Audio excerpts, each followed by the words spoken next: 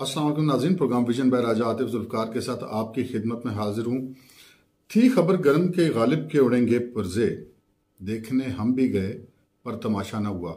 कुछ ऐसा ही हुआ जी। वज़ीर-ए-आज़म पाकिस्तान इमरान खान साहब की तकरीर के साथ बहुत ज़्यादा एक हाइप क्रिएट की गई थी और कहा गया था कि खान साहब कोई बहुत बड़ा ट्रम्प कार्ड खेलेंगे जो कि 27 के जलसे में होगा और उसके बाद सारी सूरत हाल यकसर बदल जाएगी। और आज एक बहुत लंबी उन्होंने तकरीर की, तकरीबन 1.25 घंटे से ज़्यादा की ये तकरीर थी जो वज़ीर-ए-आज़म इमरान खान साहब ने की। और मुसलसल 1.25 घंटे उस तकरीर के में हम सब लोग, पूरी कौम मुंतज़िर रहे कि खान साहब वो अहम बात जो वो करना चाह रहे थे, इस जो सिचुएशन है तहरीक अदम एतमाद और उनकी जिसे कहते हैं कि हुकूमत की इमारत से जो ईंटें खिसकती जा रही हैं, वो कोई ऐसा बड़ा ट्रम्प कार्ड खेलने वाले हैं कि वो सारी ईंटें खिसकनी बंद हो जाएंगी और सारी गेम बदल जाएगी। और बहुत से दावे भी किए गए थे। इमरान खान साहब की तकरीर से पहले शाह महमूद कुरैशी साहब ने एक तकरीर की और उसमें भी उन्होंने भी कहा कि मेरे सीने में बहुत से राज हैं और रब्बुल वतनी का तकाजा है कि मैं अफशा ना करूँ, लेकिन बहरहाल उनकी मेहरबानी, उन्होंने वो राज अफशा नहीं किए। फिर उसके बाद जनाब वज़ीर-ए-आज़म इमरान खान साहब की बारी आई तो उन्होंने हस्बे मामूल वही पुरानी जो तकरीर, वो कई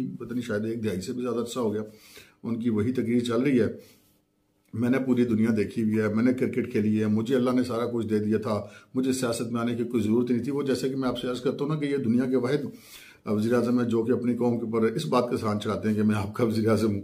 तो बहरहाल उन्होंने वो एहसान चढ़ाने का सिलसिला जारी रखा और फिर कुछ उन्होंने ऐसी बातें की जो कि बिल्कुल ही हक़ाइक़ के मुनाफी थी। एक तो उन्होंने जो बहुत ज़्यादा, जिसे मैं क्या कहूँ जी, बस अब मैं कहता हूँ कि जितनी मुस्तकिल मिजाजी से इमरान खान साहब झूठ बोल लेते हैं, शायद ही दुनिया में वो बोलता हो।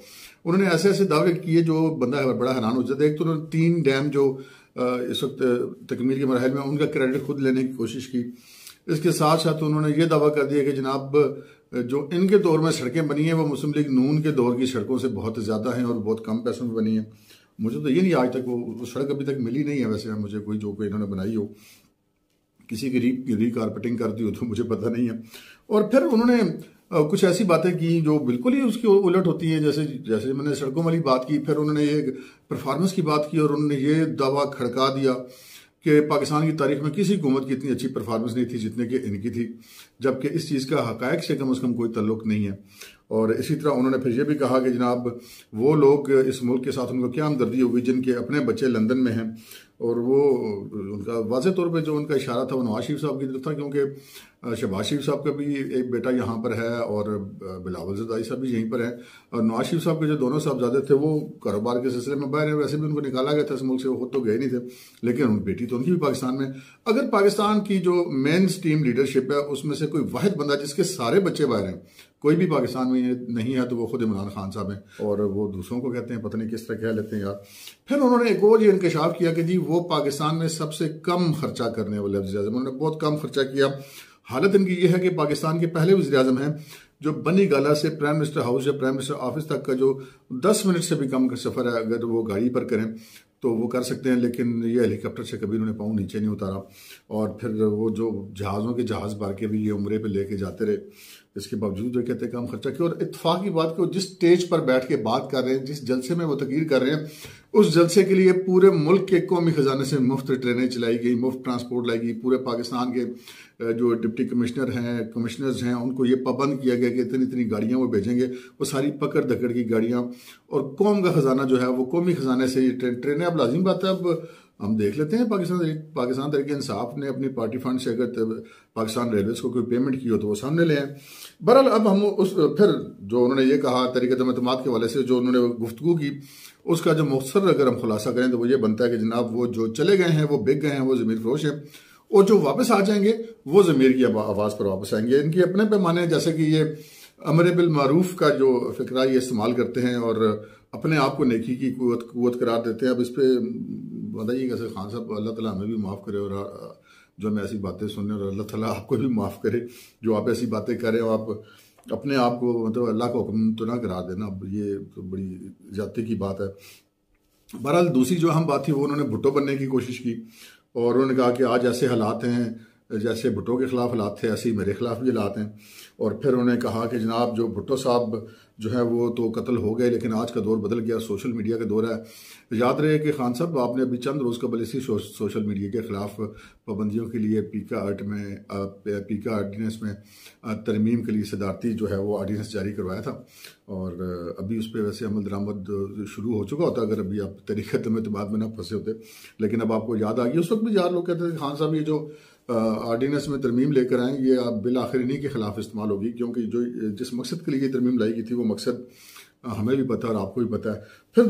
फिर उन्होंने ये भी दावा किया जनाब वो फैसल जावेद साहब जो इनके सदाबहार स्टेज सेक्रेटरी और उनको सिर्फ स्टेज सेक्रेटरी होने की वजह से सेंटर बनाया गया था, उन्होंने आज दावा खड़का दिया जनाब के 20 लाख से ज़्यादा क्रॉस कर गए जी आज की तादाद। इसमें कोई शक नहीं है कि एक बहुत अच्छा जलसा था, बहुत अच्छा जलसा था। पूरे मुल्क से ट्रेनें मुफ्त चली थी, पूरे मुल्क की सरकार इस्तेमाल हुई थी, तो इतना सा जलसा तो बनता ही था। लेकिन ये 20 लाख शाख वाली गाड़ी कोई है, क्योंकि जो परेड ग्राउंड जिसमें ये जलसा हो रहा था उसकी टोटल कैपेसिटी 25,000 अफराद की है। तो अगर बहुत ज़्यादा भी हो गए थे शायद 25,000 हो, और एजेंसियों की जो रिपोर्ट है वो भी इतनी है। तो लेकिन चूंकि खान साहब कैसे समझते हैं कि मुस्तनद है मेरा फरमाया हुआ, तो खान साहब का फरमाया हुआ मुस्तनद होगा। लेकिन हमने जैसे कहते हैं ना डरते डरते आपसे अर्ज कर दी कि 25,000 कैपेसिटी थी जनाब इस ग्राउंड की, जिसमें आप जैसा कह रहे थे। दूसरी तरफ वो जो मार कुटाई और वाला कल्चर है वो भी जारी था। 2 ख़वातीन रिपोर्टर को जो है वहाँ पर मुबैना तौर पर जलसा का मज़दकोब किया गया, प्राइवेट मीडिया के पर पाबंदियाँ आयद की गई।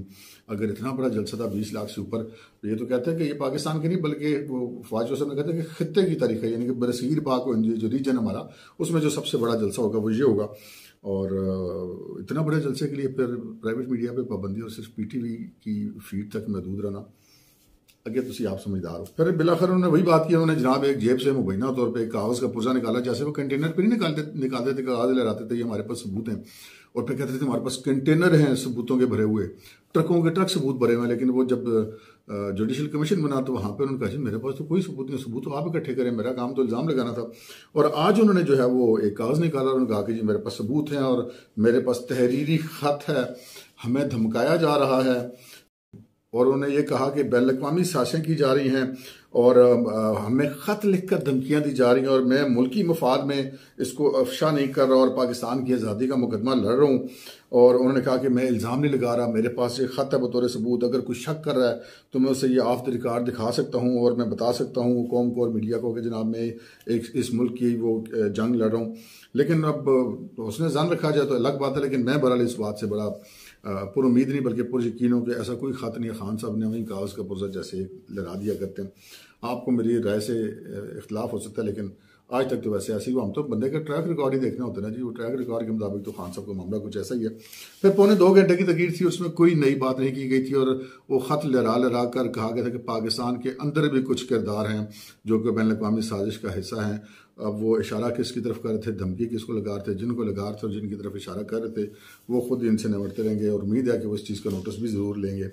और फिर एक जिस वक्त ये जलसा और थे उसी वक्त मरियम नवाज साहबा और हमजा शहबाज जो कि लाहौर से एक लॉन्ग मार्च लेके निकले हुए, महंगाई मुकाओ मार्च के नाम से, उस वक्त वो जलसा उनका था गुजरांवाला में उन्होंने कल रात को जलसा करना था, यानी कि 24 घंटे पहले। लेकिन वो लोगों की तादाद उसमें इस कदर ज़्यादा थी कि वो 24 घंटे उस जलसे को मार्च को लग गए गुजरांवाला पहुंचते हुए। और अब ये तो की जा रही है कि कल रात तक शायद वो पिंडी इस्लामाबाद में पहुंच सकें। लेकिन जिस तरीके से जो रफ्तार है उससे जुलूस की रैली की वो देखते हैं कि वो यहाँ पे पहुंचता नहीं पहुंचता। और फिर चलते चलते ये भी आपको बताएंगे जी, एन उसी वक्त जब इनका जलसा होता है उस वक्त इस्लामाबाद में मौलाना फजल रहमान की जमात JUI के भी हज़ारों की तादाद में कारकुन मौजूद थे, लेकिन किसी मीडिया के चैनल को ये जसारत नहीं हुई कि वो उनको कवरेज दे सके या उनको दिखा सके। बहरहाल जब मुस्लिम लीग नून का लॉन्ग मार्च यहाँ पहुंचेगा और ये दोनों JUI और PMLN यानी कि PDM का एक मुश्तरका जलसा हो जाएगा, फिर तो मजबूरन दिखाना ही पड़ेगा। जिस वक्त ये सारे काम हो रहे थे, गुजरांवाला से रैली चली थी, इस्लामाबाद में मौलाना साहब पहुंचे हुए थे, उस जगह से तकरीर कर रहे थे, एन उसी वक्त पाकिस्तान मुस्लिम लीग नून और पाकिस्तान मुस्लिम लीग काफ की क़यादत के मुज़ाकरात जारी थे। और ज़रा ने ये खबर दी है कि जनाब बिल आखिर मामलात हतमी तौर पर उनके तय पा गए हैं, और 1-2 दिन में अनाउंसमेंट भी हो जाएगी कि PMLN ने और PMLQ ने तहरीक अदम एतमाद में मिलकर चलने का फैसला कर लिया है, ज़रा का ये कहना है। और उसके साथ ही एक बहुत बड़ा झटका भी खान साहब को लगा, जो कि खान साहब के बड़े इत्तेहादी थे बलोचिस्तान से, जनाब शाह ज़ैन बुगटी साहब, उन्होंने बिलावल साहब के साथ एक प्रेस कॉन्फ्रेंस की और वज़ीर आज़म साहब को छोड़ने का ऐलान कर दिया, रिज़ाइन कर दिया, और खान साहब को जाते जाते उन्होंने एक झटका और दे दिया। यानी कि एक और साजिश प्राइम मिनिस्टर साहब के खिलाफ होगी। कल इंशाल्लाह जब ये लॉन्ग मार्च यहाँ पहुंचेगा तो फिर आपसे बात करेंगे। तब तक के लिए इजाज़त दीजिए। अल्लाह हाफ़िज़।